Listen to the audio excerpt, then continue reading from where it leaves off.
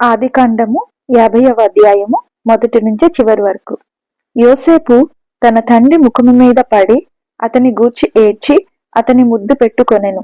తరువాత యోసేపు సుగంధ ద్రవ్యములతో తన తండ్రి శవమును సిద్ధపరచవలెనని తన దాసులైన వైద్యులకు ఆజ్ఞాపించెను గనుక ఆ వైద్యులు ఇశ్రాయేలును సుగంధ ద్రవ్యములతో సిద్ధపరిచిరి.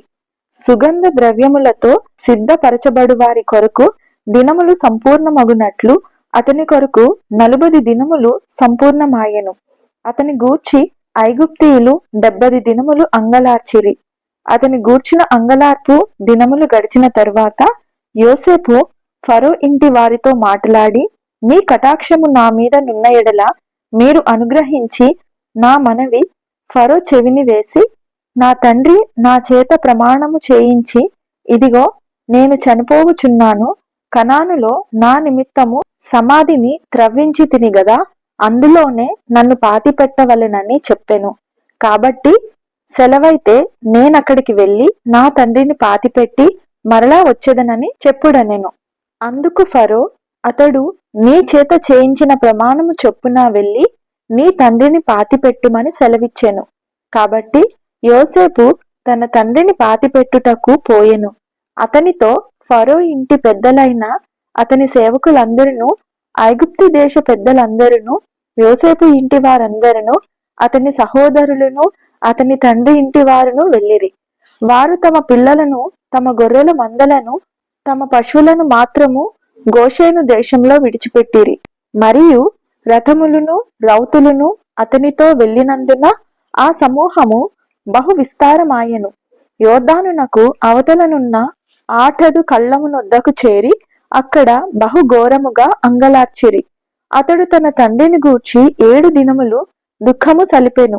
ఆ దేశమందు నివసించిన కనానీయులు ఆటదు కళ్ళమునొద్ద ఆ దుఃఖము సలుపుట చూచి ఐగుప్తీయులకు ఇది మిక్కటమైన దుఃఖమని చెప్పుకొనిరి గనుక దానికి ఆబేల్ మిస్రాయిము అని పేరు పెట్టబడెను. అది యోర్దానుకు అవతలనున్నది. అతని కుమారులు తన విషయమై అతడు వారికి ఆజ్ఞాపించినట్లు చేసిరి. అతని కుమారులు కనాను దేశమునకు అతని శవమును తీసుకుని పోయి మక్పేల పొలమందున్న గుహలో పాతిపెట్టిరి. దానిని ఆ పొలమును అబ్రహాము తనకు శ్మశానము కొరకు స్వాస్థ్యముగా నుండు నిమిత్తము మమ్రే ఎదుట హిత్తీయుడైన ఎఫ్రోను యొద్ద కొనెను. యోసేపు తన తండ్రిని పాతిపెట్టిన తరువాత అతడును అతని సహోదరులను అతని తండ్రి పాతిపెట్టి వెళ్లిన వారందరూ తిరిగి ఐగుప్తునకు వచ్చిరి. యోసేపు సహోదరులు తమ తండ్రి మృతి పొందుట చూచి, ఒకవేళ యోసేపు మనయందు పగబట్టి మనం అతనికి చేసిన కీడంతటి చొప్పున మనకు నిశ్చయముగా కీడు జరిగించుననుకొని యోసేపునకు ఇలాగ వర్తమానం పంపిరి. నీ తండ్రి తాను చావక మునుపు ఆజ్ఞాపించినదేమనగా, మీరు యోసేపుతో నీ సహోదరులు నీకు కీడు చేసిరి గనుక దయచేసి వారి అపరాధమును వారి పాపమును క్షమించమని అతనితో చెప్పుడనెను. కాబట్టి దయచేసి నీ తండ్రి దేవుని దాసుల అపరాధము క్షమించుమనిరి. వారు యోసేపుతో ఇలాగు మాట్లాడుచుండగా అతడు ఏడ్చెను.